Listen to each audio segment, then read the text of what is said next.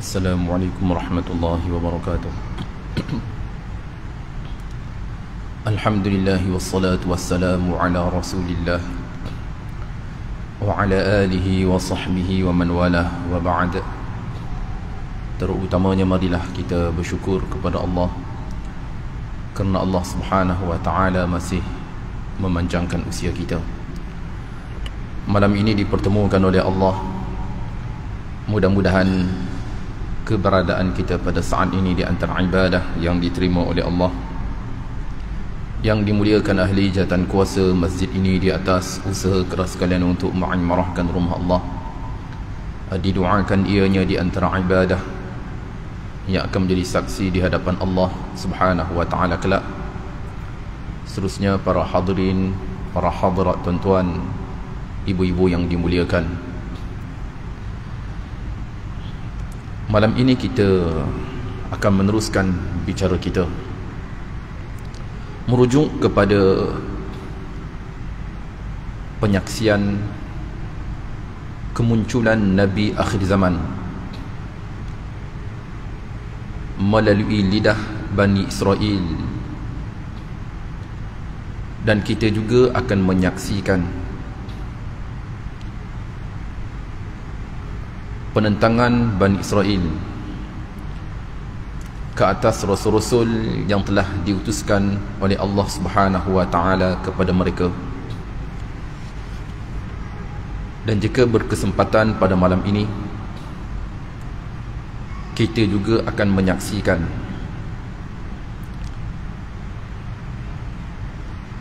kisah Nabi Musa alaihi salatu wassalam, juga tidak terlepas dengan cercaan dan hinaan daripada Bani Israel.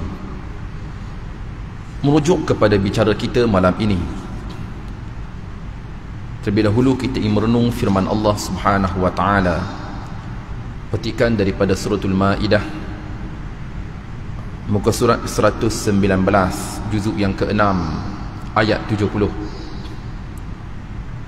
Melalui firman Allah Subhanahu wa ta'ala, laqad akhadna mithaqa bani Israil wa arsalna ilayhim rusula kullama ja'ahum rasulun bima la tahwa anfusuhum fariqan kadzabu wa fariqan yaqtulun. Maka sesungguhnya kami telah mengambil perjanjian, yakni mentaati Allah dan juga Rasul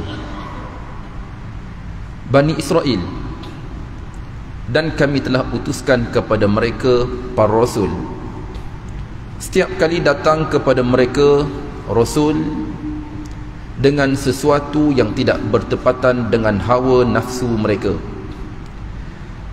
sebahagian yakni daripada para rasul itu didustakan, dan sebahagian yang lainnya dibunuh. Ayat ini menyatakan kepada kita tentang sejarah Bani Israel dahulu, iaitu Allah Subhanahu wa ta'ala telah memutuskan di kalangan mereka, yakni Bani Israel, para rasul alaihi salatu wassalam. Manakala sekiranya apa yang dibawa oleh para rasul itu tidak bertepatan dengan keinginan hawa nafsu mereka, ada di antara para rasul yang didustakan, dan ada di antara mereka yang dibunuh. Ayat ini menyatakan kepada kita tentang satu bangsa yang dikekalkan oleh Allah, dan kita sempat melihat dan bertemu dan mendengar tentang pengkhabaran mereka hari ini. Merujuk kepada Bani Israel dalam bahasa Arab, Bani bererti anak, manakala Israel merujuk kepada Yaqub alaihi salatu wassalam. Bila disebut Bani Israel, ianya merujuk kepada anak cucu kepada Nabi Yaqub alaihi salatu wassalam. Manakala Nabi Yaqub adalah cucu kepada Nabi Ibrahim, datang daripada Nabi Ishaq. Manakala bangsa Arab datang daripada Nabi Ismail alaihi salatu wassalam, merupakan saudara kepada Nabi Ishaq. Manakala jalur kekeluargaan dan bangsa mereka bertemu pada Nabi Ibrahim, dalam arti katanya kedua-dua bangsa ini cukup dekat, Bani Israel dan juga bangsa Arab, kerana mereka bertemu pada nasab Nabi Ibrahim alaihi salatu wassalam. Kejap, katanya bila disebut Bani Israel, secara umumnya mereka ini adalah Yahudi. Betul, kerana mereka juga di antara bangsa. Apabila disebut tentang bangsa, ianya merujuk kepada agama. Tuan-tuan, atas dunia ini terdapat dua bangsa sahaja. Bila dikaitkan bangsa, ianya merujuk kepada agama, walaupun secara tidak keseluruhannya, tetapi apabila dikaitkan tentang bangsa, ianya akan dikaitkan dengan agama. Yang pertama, Bani Israel secara umumnya mereka adalah Yahudi. Bangsa yang kedua adalah Melayu, tuan-tuan. Bila disebut Melayu, secara umumnya mereka adalah Muslim. Jadi bila kita lihat kedua-dua bangsa ini, bila disebut bangsa Muslim, bila disebut bangsa Yahudi, ini merujuk kepada Bani Israel. Hanya dua bangsa sahaja apabila dibicarakan tentang bangsa, ianya dekat dengan agama. Okey, adakah bila disebut Yahudi, Zionis hari ni yang kita tahu, kesemua mereka ekstrim ke? Bila disebut Yahudi hari ini, adakah kesemua mereka ekstrim macam kita saksikan di Palestin? Tuan-tuan, begini, secara umumnya itulah mereka. Tetapi ada sekelompok kecil dari kalangan mereka yang tidak ekstrim. Ini bukan saya kata, tuan-tuan, ini merujuk kepada firman Allah Subhanahu wa taala. Petikan daripada suratul Maidah ayat 66, muka surat 119, juzuk yang ke-6. Melalui firman Allah Subhanahu wa taala, walau annahum aqamu at-taurata wal injila wama unzila ilaihim min rabbihim laakalu min fawqihim wa min tahti arjulihim minhum ummatun muqtasidah wa kathirun minhum sa'a ma ya'malun.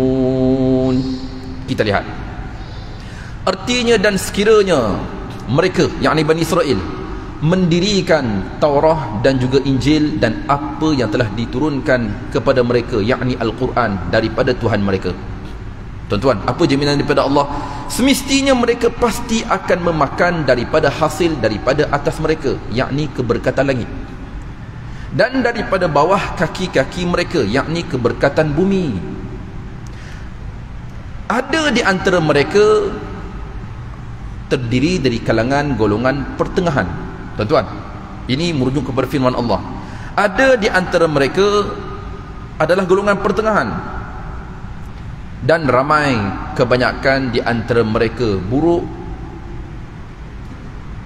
perilaku dengan apa yang mereka usahakan. Okey, bila kita lihat ayat ini, Allah Subhanahu wa taala menyatakan tentang bangsa tadi, Bani Israel. Ada sekelompok kecil dari kalangan mereka yang tidak ekstrim, manakala ramai dari kalangan mereka buruk perangai, panggil hodoh. Ini ramai.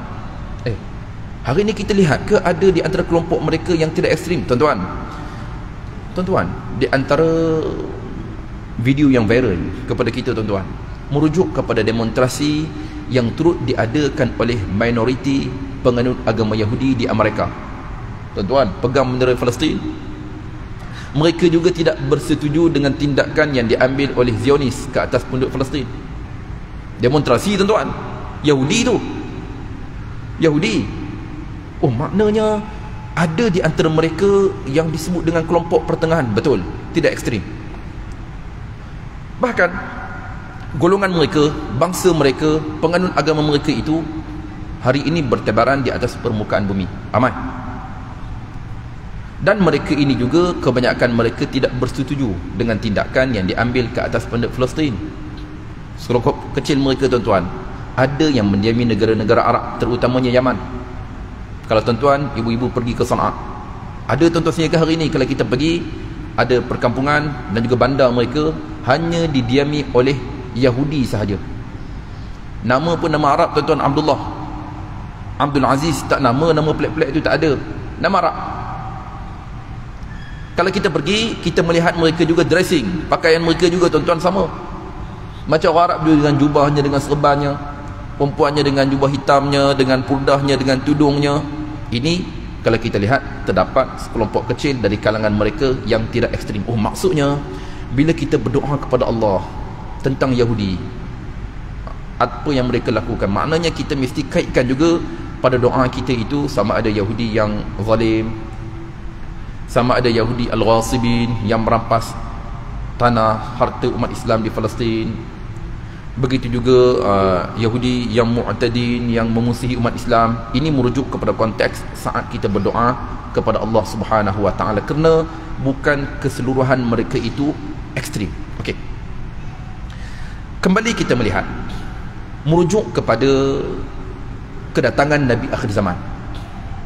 Sebab mereka ini ada kaitan. Dan mereka menjadikan Madinah sebagai tempat penghijrahan mereka. Kita tahu dalam sejarah Islam, saat penghijrahan Rasulullah ke kota Madinah, Madinah turut didiami oleh Yahudi. Padahal Madinah ataupun nama ketika itu adalah Yathrib, bukanlah tempat tinggal mereka. Mereka datang dan mendiami Madinah tuan-tuan. Kenapa? Sebab dijanjikan di sisi mereka kelak Yathrib ataupun Madinah akan menjadi tempat penghijrahan Nabi akhir zaman.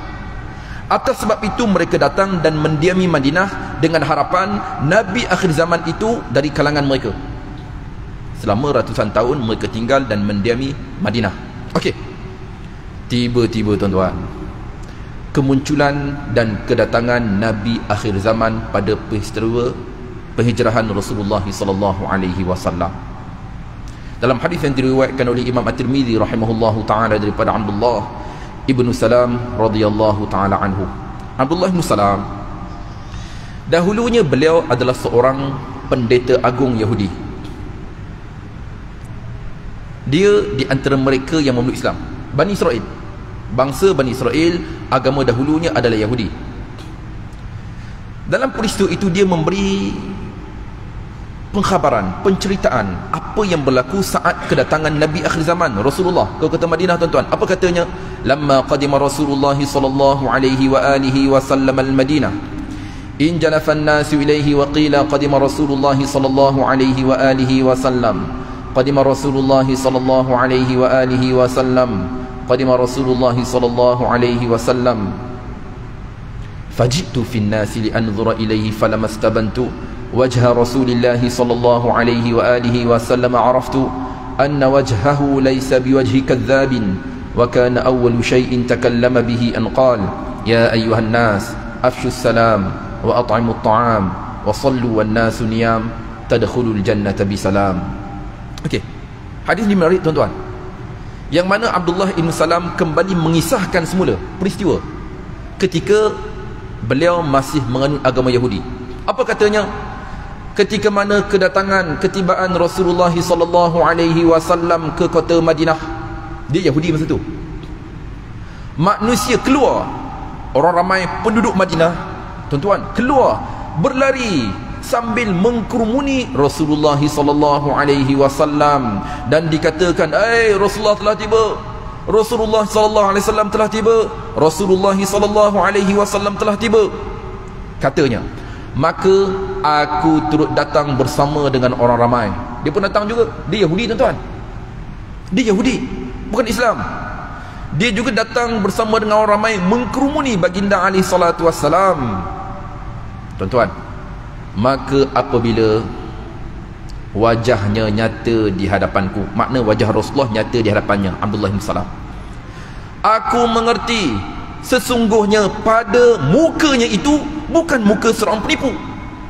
Dia tengok muka Rasulullah tuan-tuan, dia dah tahu ini muka betul, ini bukan penipu, ini bukan nabi palsu.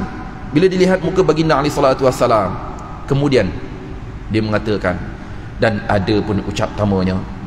Yalah, tuan-tuan bayangkan Rasulullah setibanya ke kota Madinah, baginda terus diangkat sebagai pemimpin nombor 1 negara tanpa melalui proses kebiasaan.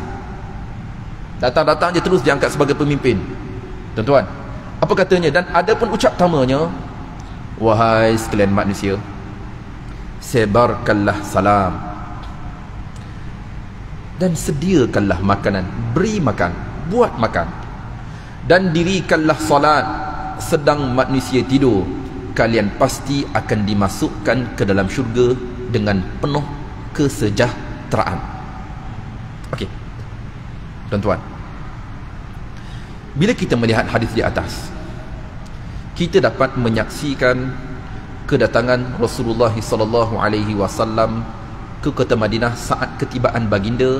Baginda disambut meriah oleh penduduk Madinah sambil berlari, tuan-tuan, mereka sambil berlari. Hal ini tak pelik, tuan-tuan. Di zaman kita, kita juga sempat melihat bagaimana anak-anak muda kita lari mengkerumuni artis K-pop di KLIA. K-pop sampai KLIA, tuan-tuan, dia pegang banner ramai-ramai menjerit, tuan-tuan. K-pop pun tak kenal dia, tuan-tuan, menjerit. History pun ada, tuan-tuan, kejar K-pop. Tuan-tuan, kita bayangkan semula, dahulu para sahabat mereka mengkerumuni Rasulullah. Anak muda kita hari ini, tuan-tuan, kerumun artis luar negara. Ini merujuk kepada perbezaan dua dunia, tuan-tuan. Okey, manakala kita tertarik saat dia berkata, maka apabila wajahnya nyata di hadapanku, dia tengok muka Rasulullah, tuan-tuan, apa katanya? Aku mengerti sesungguhnya pada mukanya itu bukanlah muka seorang penipu. Maksudnya mereka ni kenal ke Rasulullah. Yahudi ni mereka kenal ke Rasulullah. Tuan-tuan, ibu-ibu, mereka kenal. Mereka kenal, tuan-tuan. Mereka kenal. Hal ini dinyatakan oleh Allah Subhanahu wa taala, petikan daripada suratul Baqarah ayat 146, muka surat 23, juzuk yang kedua. Mulai firman Allah Subhanahu wa taala, alladzina atainahumul kitaba ya'rifunahu kama ya'rifuna abna'ahum wa inna fariqan minhum la yaktumuna al-haqqa wa hum ya'lamun. Mereka yang telah kami kurniakan kepada mereka kitab, tuan-tuan, umat-umat terdahulu yang pernah dikurniakan kitab suci, mereka itu mengenalinya, yakni mengenali Rasulullah seperti mana mereka kenal anak-anak mereka sendiri. Mereka kenal Rasulullah macam mereka kenal anak mereka. Dan sesungguhnya terdapat sekelompok dari kalangan mereka yang menyembunyikan kebenaran sedang mereka mengetahui. Okey, Haji, nak tanya Haji. Haji, katanya anak Haji ada 18 orang, betul ke? Betul lah tu, 18 orang. Okey Haji, sekiranya salah seorang di antara mereka telefon Haji, makcik, salah seorangnya telefon makcik tanpa memperkenalkan diri. Assalamualaikum, mak sihat ke? Makcik kenal tak siapa dia? Haji kenal tak siapa dia, Haji? Anak Haji aman? Ramai anak Haji. Tanpa dikenalkan dirinya, dia telefon ayah, macam mana ayah? Ayah sihat ke? Ayah makan apa tadi? Haji kenal tak siapa dia, Haji? Ini angah ni. Haji dengan suara pun Haji dah tahu, tanpa dia perkenalkan dirinya. Haji, mereka, Haji, umat-umat terdahulu telah dikurniakan kitab suci, mereka kenal Rasulullah macam mereka kenal anak mereka. Dengan keterampilan yang ada pada baginda alaihi salatu wasallam, sifat Rasulullah sallallahu alaihi wasallam, mereka tahu. Jadi tidak heran kenapa dia berkata saat dia melihat Rasulullah, aku mengerti sesungguhnya pada wajahnya itu bukanlah muka seorang penipu. Sebab dia tahu. Okey, itu adalah signal awal. Dia melihat tanda kenabian itu dah ada. Tuan-tuan, dalam peristiwa yang lain, melihat hadis yang diriwayatkan oleh Imam Al-Bukhari rahimahullahu ta'ala, tuan-tuan, yang mana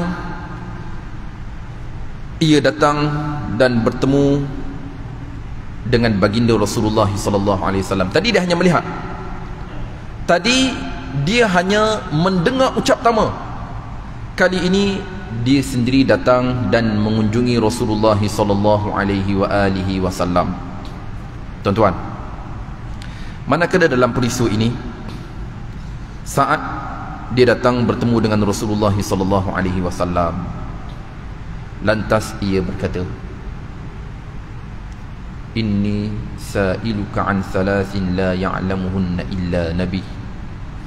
Sesungguhnya aku ingin bertanya kepadamu 3 soalan, tidak diketahuinya melainkan dia adalah seorang nabi. Tuan-tuan, dia nak test pengetahuan yang ada pada Rasulullah. Dia ingin melihat pengetahuan yang ada pada Nabi akhir zaman ini. Sebab lelaki ini yang mendakwa dia adalah Nabi akhir zaman. Dia nak tengok pengetahuan yang ada pada Nabi ini, pada lelaki ini. Kenapa dia datang tanya Rasulullah?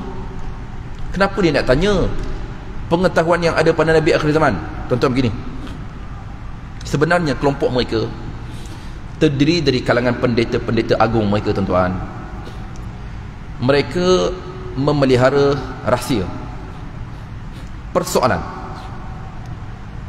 yang berkaitan dengan Nabi akhir zaman.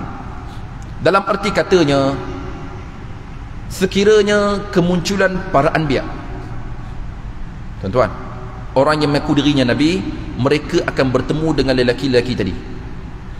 Sekiranya persoalan itu berjaya dijawab, betul, dia Nabi.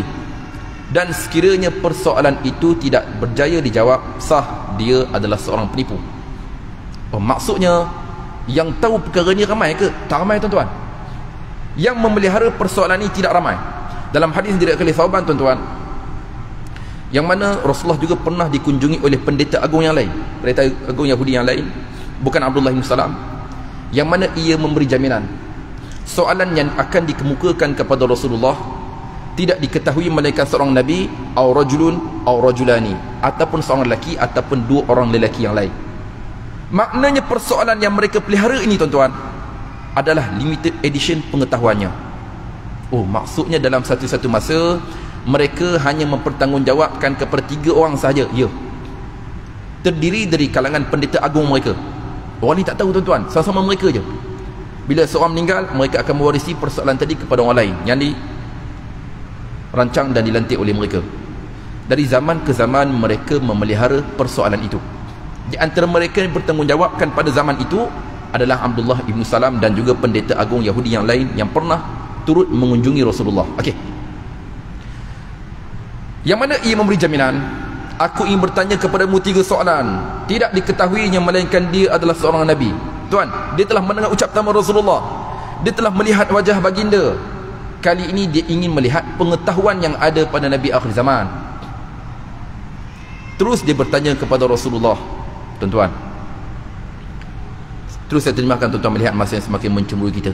Yang pertama, tanda utama kiamat. Yang kedua, makanan utama penghuni syurga. Yang ketiga, proses terbentuknya, bagaimana terciptanya seorang anak, kemiripan terarah bapa-bapa saudaranya, yakni jantina lelaki. Dalam arti katanya, persoalan yang ketiga, persoalan bagaimana terciptanya seorang anak dan bagaimanakah terbentuknya jantina anak itu. Selepas dia mengajukan persoalan merujuk kepada 3 persoalan di atas, baginda alaihi salatu wasallam bersabda kepadanya, khabbarani bihinna anifan Jibrilu. Baru sahaja Jibril mengkhabarkan kepadaku sebentar tadi. Apa yang disoal oleh Abdullah bin Salam kepada Rasulullah, baru je Jibril cerita kepada Rasulullah tadi. Maknanya Rasulullah dah tahu jawapan dia. Tuan-tuan, merujuk kepada Jibril. Sebab Rasulullah sebut kepada Abdullah bin Salam, baru sahaja Jibril mengkhabarkan kepadaku sebentar tadi. Lantas Abdullah bin Salam berkata kepada Rasulullah, dzaka adul yahudi minal malaikah. Dia adalah musuh orang Yahudi dari kalangan para malaikat. Maknanya Jibril ni, tuan-tuan, Yahudi cukup tak suka. Kalau ada di zaman kita lah, tuan-tuan, Facebook unfollow. Unfollow, tuan-tuan. Yahudi tak suka Jibril. Sampai ke tahap itu, demonstrasi mereka tak suka sangat. Ada kes ke mereka tak suka kepada Jibril tu? Tak sempat untuk kita berbicara malam ini, tuan-tuan. Cuma di sini Abdullah bin Salam berkata kepada Rasulullah, dia adalah musuh orang Yahudi dari kalangan malaikat. Maknanya Jibril cukup dimusuhi oleh Yahudi. Lantas baginda alaihi salatu wasallam menjawab satu persatu persoalan di atas, tuan-tuan. Soalan pertama tadi, tanda utama kiamat. Jawapannya, adapun tanda utama kiamat, kelak api yang akan menghimpunkan manusia daripada timur ke barat. Ini belum berlaku, tuan-tuan. Ini juga di antara tanda besar kiamat. Alamat kiamat ada yang kecil, ada yang besar. Ini tanda besar, iaitu kelak api yang akan menghimpunkan manusia daripada timur ke barat. Macam mana tu? Begini tuan-tuan, ibu-ibu, kelak Allah Subhanahu wa ta'ala akan mengeluarkan api daripada perut bumi, yang mana api itu fungsinya adalah api yang akan menghimpunkan manusia. Dia bergerak pada satu tempat pada timur, kemudian dia merebak, manusia pun melarikan daripada api tadi tuan-tuan, sehinggalah mereka sampai di barat. Barat tu di mana? Washington DC ke? New York City? London? Amsterdam? Moskow? Ke mana barat tu? Barat di sini haji, ianya merujuk kepada Dimashq, ibu negara Syria hari ini, Damsyik. Damsyik adalah barat tuan-tuan. Ianya merujuk kepada tempat di Damsyik. Di situlah kelak manusia akan dihimpunkan sebelum dunia ini berlaku pengakhiran. Okey, itu tanda utama kiamat. Jawapan yang kedua daripada soalan yang kedua berkisar tentang makanan utama penghuni syurga. Kejap, kenapa ditanya soalan tadi ya? Tuan-tuan, sebab perkara ini dibicarakan oleh para anbiya dulu semua sama. Setiap para nabi tuan-tuan mereka cerita benda yang sama. Tanda utama kiamatnya macam mana, makanan dalam syurga, makanan utama dalam syurganya apa, kemudian proses terbentuknya seorang anak, bagaimana ianya berlaku. Cerita ini sama disampaikan oleh para anbiya dulu. Jadi mereka tahu, yang tahu ini hanyalah para anbiya sahaja. Okey, soalan yang kedua, makanan utama. Jawab baginda alaihi salatu wassalam, adapun makanan utama dalam syurga, faziyadatu kabidi hutin, maka satu bahagian dari hati ikan paus. Maknanya tuan-tuan, kelak apabila seorang penghuni syurga masuk ke dalam syurga, dia akan dikurniakan, dia akan diberikan hati ikan paus. Itu adalah makanan utamanya. Ya, makanan utamanya hati ikan paus. Dalam banyak-banyak makanan, itu adalah makanan yang paling special. Masak apa? Goreng kunyit ke? Kari? Tak tahulah haji, Rasulullah tak ceritalah masak apanya, panggang ke, bakar ke, goreng kunyit ke. Tapi yang dibicarakan oleh Rasulullah adalah hati ikan paus. Okey, selesai jawapan yang kedua. Jawapan yang ketiga daripada soalan yang ketiga. Manakala soalan ini juga pernah diajukan oleh seorang pendeta Yahudi kepada Rasulullah. Jitu as'aluka 'anil walad, aku datang kepadamu untuk bertanya tentang anak. Dalam hadis itu tuan-tuan, diriwayatkan Imam Muslim daripada Thauban, iaitu Rasulullah sallallahu alaihi wasallam menjawab. Jawapan yang ketiga, sebab jawapannya sama. Jawapannya sama tuan-tuan pada maknanya. Jadi saya menukilkan jawapan yang diberikan Rasulullah kepada pendeta agung seorang lagi, iaitu jawab baginda alaihi salatu wassalam, ma'ur rajuli abyad wa ma'ul mar'ati asfar, fa idza jtama'a fa'ala maniur rajuli maniyal mar'ati adhkara bi idznillah, fa in 'ala maniyal mar'ati maniyar rajuli anasa bi idznillah. Artinya, air lelaki berwarna putih. Okey, air lelaki berwarna putih. Ini melalui hadis yang diriwayatkan oleh Thauban. Dan air perempuan berwarna kuning. Tuan-tuan, maka apabila kedua-duanya bercampur, sekiranya air lelaki itu lebih mendominasi ke atas air perempuan, maka anak itu adalah anak lelaki dengan izin Allah. Dan sekiranya air perempuan itu lebih mendominasi ke atas air lelaki, maka anak itu adalah anak perempuan dengan izin Allah. Ini jawapan Rasulullah kepada pendeta agung Yahudi yang lainnya. Maknanya sama tuan-tuan, saya nukilkan hadis itu.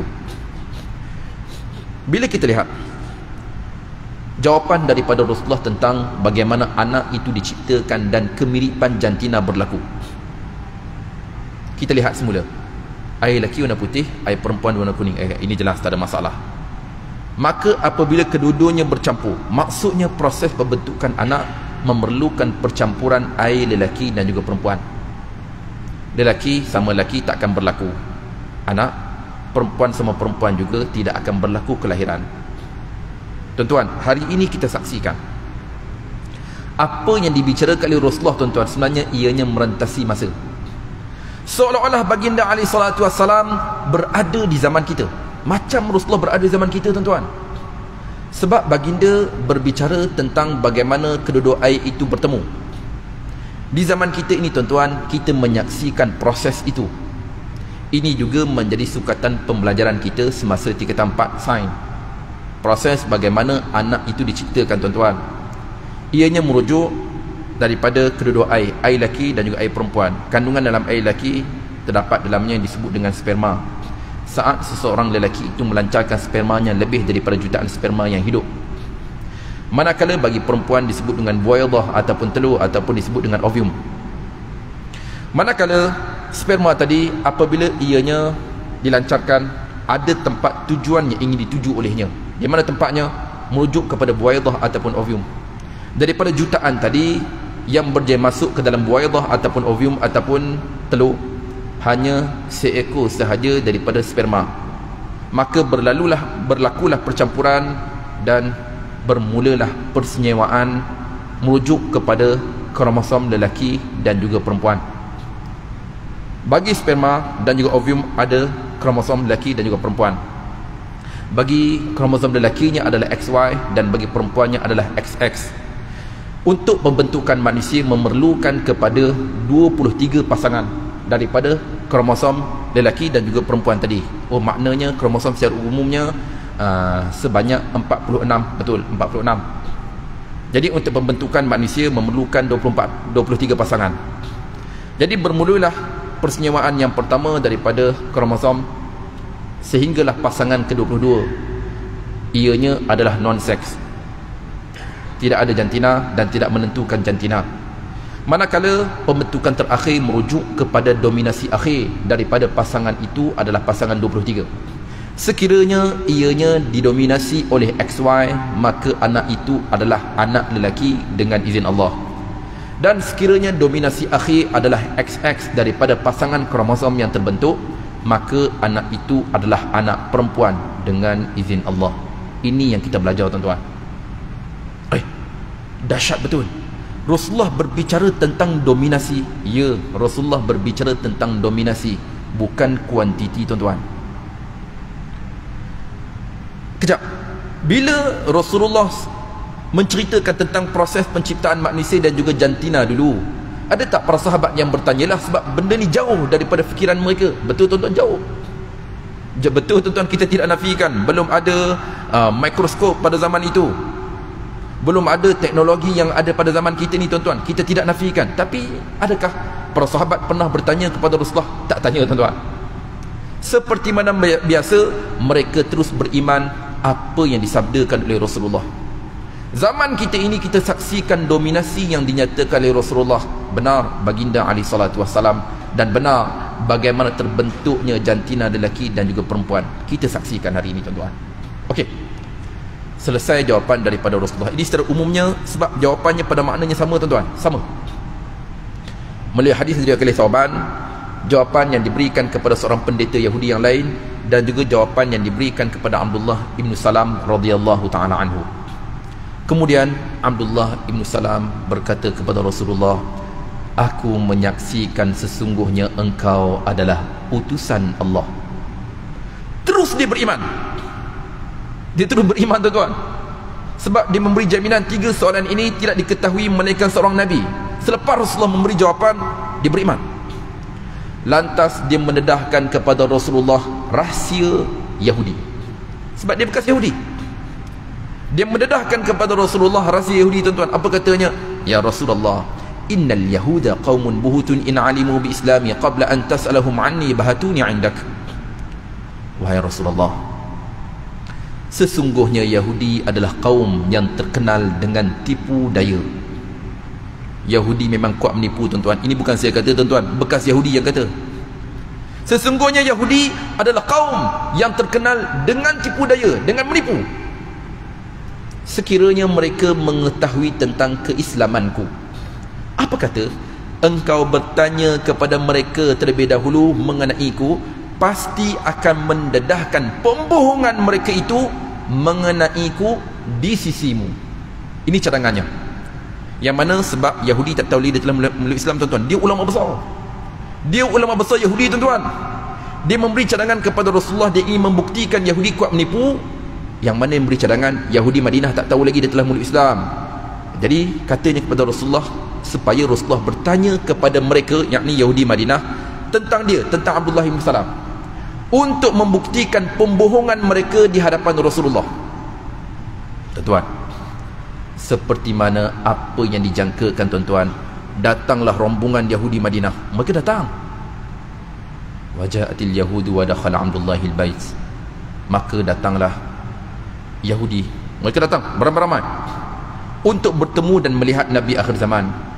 Manakala Abdullah, yakni Abdullah bin Salam tadi, tuan-tuan, terus menyelinap masuk di dalam rumah yang terdapat di samping Rasulullah. Dia terus masuk dalam rumah yang terdapat di samping Rasulullah, tanpa Yahudi Madinah menyedari ulama besar mereka itu telah mendahului mereka bertemu dengan Nabi akhir zaman. Okey, mereka pun datang jumpa Rasulullah. Mereka tak tahu Abdullah bin Salam ada di situ, tuan-tuan, dalam rumah yang terdapat di samping Rasulullah. Lalu seperti mana apa yang dicadangkan tadi oleh Abdullah bin Salam, Rasulullah pun bertanyalah kepada mereka, ayu rajulin fikum Abdullah bin Salam, siapakah dia Abdullah bin Salam, lelaki di kalangan kalian? Dia itu siapa? Lantas Yahudi Madinah berkata kepada Rasulullah, dia Abdullah bin Salam, a'lamuna wa ibnu a'lamina wa akhbaruna wa ibnu akhyarina. Dia adalah seorang yang paling alim di antara kami. Yahudi ni, dia paling alim. Dan dia juga adalah anak yang paling alim. Bani Israel yang ada, dialah yang paling alimnya.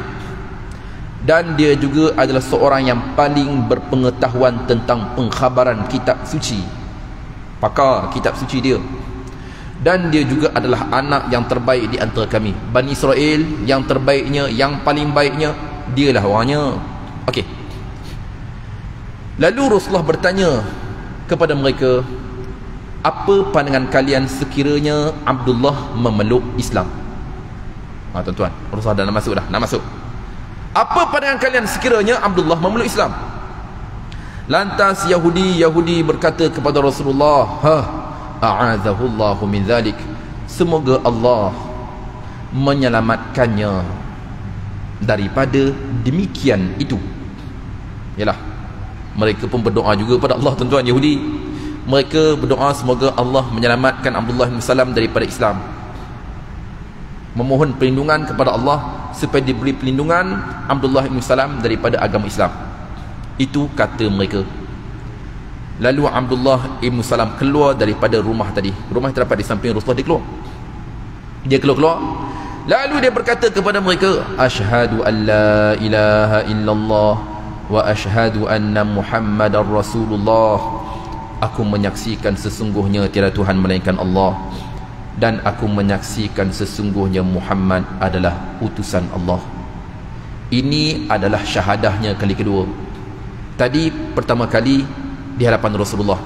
Kali ini, tuan-tuan, dia mengucap turut disaksikan oleh Yahudi Madinah. Kaumnya datang dan di hadapan mereka dia declare keimanannya kepada Allah dan juga kepada Rasulullah sallallahu alaihi wasallam. Tuan-tuan, terkejut mereka. Terkejut. Lalu mereka berkata kepada Rasulullah, syarruna wa banu syarrina wa waqa'u fi. Dia adalah manusia yang paling buruk di antara kami.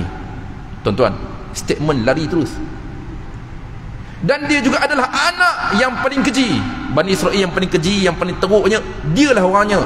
Dan terus mereka memaki hamun dan mengherdiknya. Hadis diriwayatkan oleh Imam Al-Bukhari rahimahullah. Manakala secara umum yang dapat kita lihat tadi, ada yang diriwayatkan oleh Imam Muslim rahimahullah ta'ala. Saat kita melihat hadis ini, tuan-tuan, kita menyaksikan pendustaan Yahudi secara terang-terangan. Sebelum mereka mengetahui Abdullah ibn Salam memeluk Islam, apa kata mereka? Dia yang terbaik, dia yang paling alim, dia yang paling berpengetahuan tentang pengkhabaran kitab suci. Semua dia. Selepas mereka melihat keislamannya, tuan-tuan, lari terus jawapan mereka. Yang paling buruk dia, yang paling keji juga dia, Bani Israel yang paling kotor juga dia. Semua dia.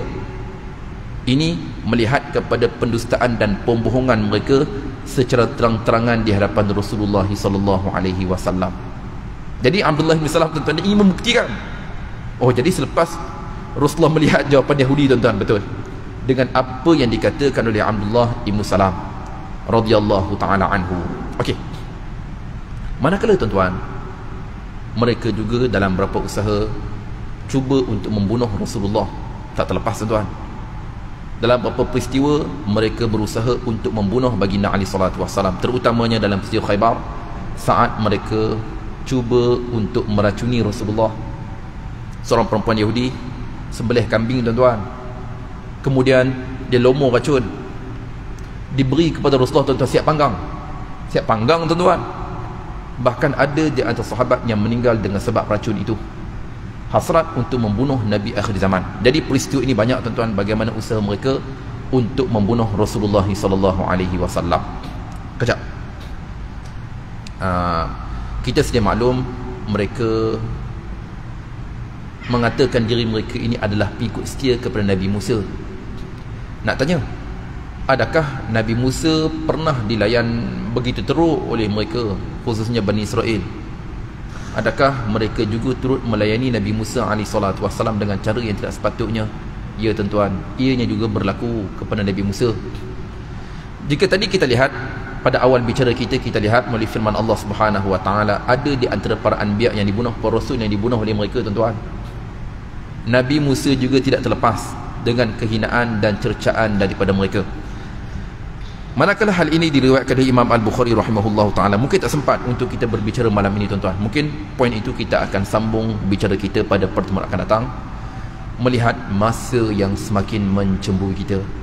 Di sini terdapat beberapa faedah yang dapat kita simpulkan hasil daripada awal bicara kita, iaitu yang pertama, semestinya kita menempatkan diri kita seperti mana sahabat Rasulullah Abdullah ibn Salam radhiyallahu ta'ala anhu. Dia menyaksikan kebenaran dan akhirnya dia bersama dengan kebenaran. Dia mencari tuan-tuan, dia bertanya Rasulullah dan dia melihat kebenaran dan akhirnya dia bersama dengan kebenaran itu. Faedah kedua yang dapat kita ambil hasil daripada bicara kita, iaitu di antara amalan-amalan yang memasukkan kita ke dalam syurga Allah Subhanahu wa taala, di antaranya 3 amalan.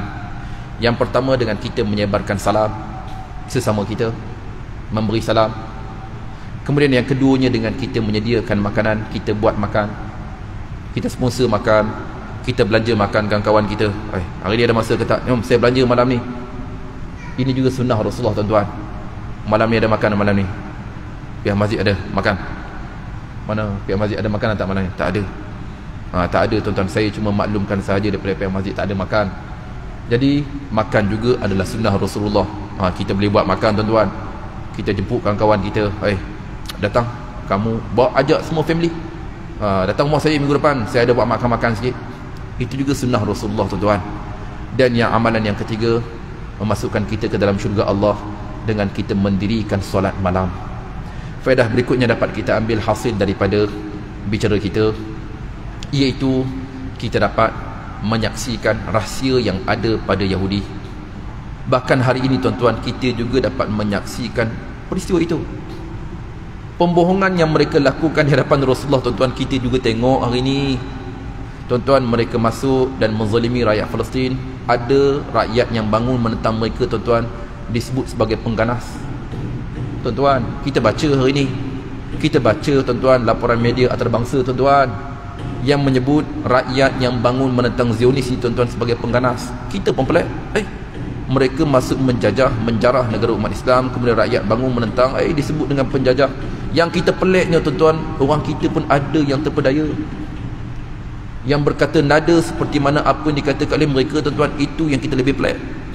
Jadi dalam bab ini, semestinya kita bersama dengan perjuangan rakyat Palestin. Semoga Allah Subhanahu wa taala mempermudahkan urusan mereka, dan semoga Allah mengurniakan kemenangan kepada mereka, dan semoga Allah Subhanahu wa taala juga turut mengurniakan kesabaran kepada mereka. Kepada kita tuan-tuan, jangan kita berputus asa daripada berdoa kepada Allah. Teruskan doa. Jangan kita lupa dalam sujud kita saat tuan-tuan bangun di malam harinya, ibu-ibu, jangan berdoa, jangan lupa berdoa kepada Allah untuk mereka. Jadi wallahu taala alam. Saya memohon kemaafan sekiranya rungkai kata saya untuk mana-mana pihak atau bicara saya untuk peribadi tuan-tuan. Ibu-ibu, saya memohon kemaafan atas ketelanjuran budi bicara. Wallahu taala a'lam. Wassalamualaikum warahmatullahi wabarakatuh.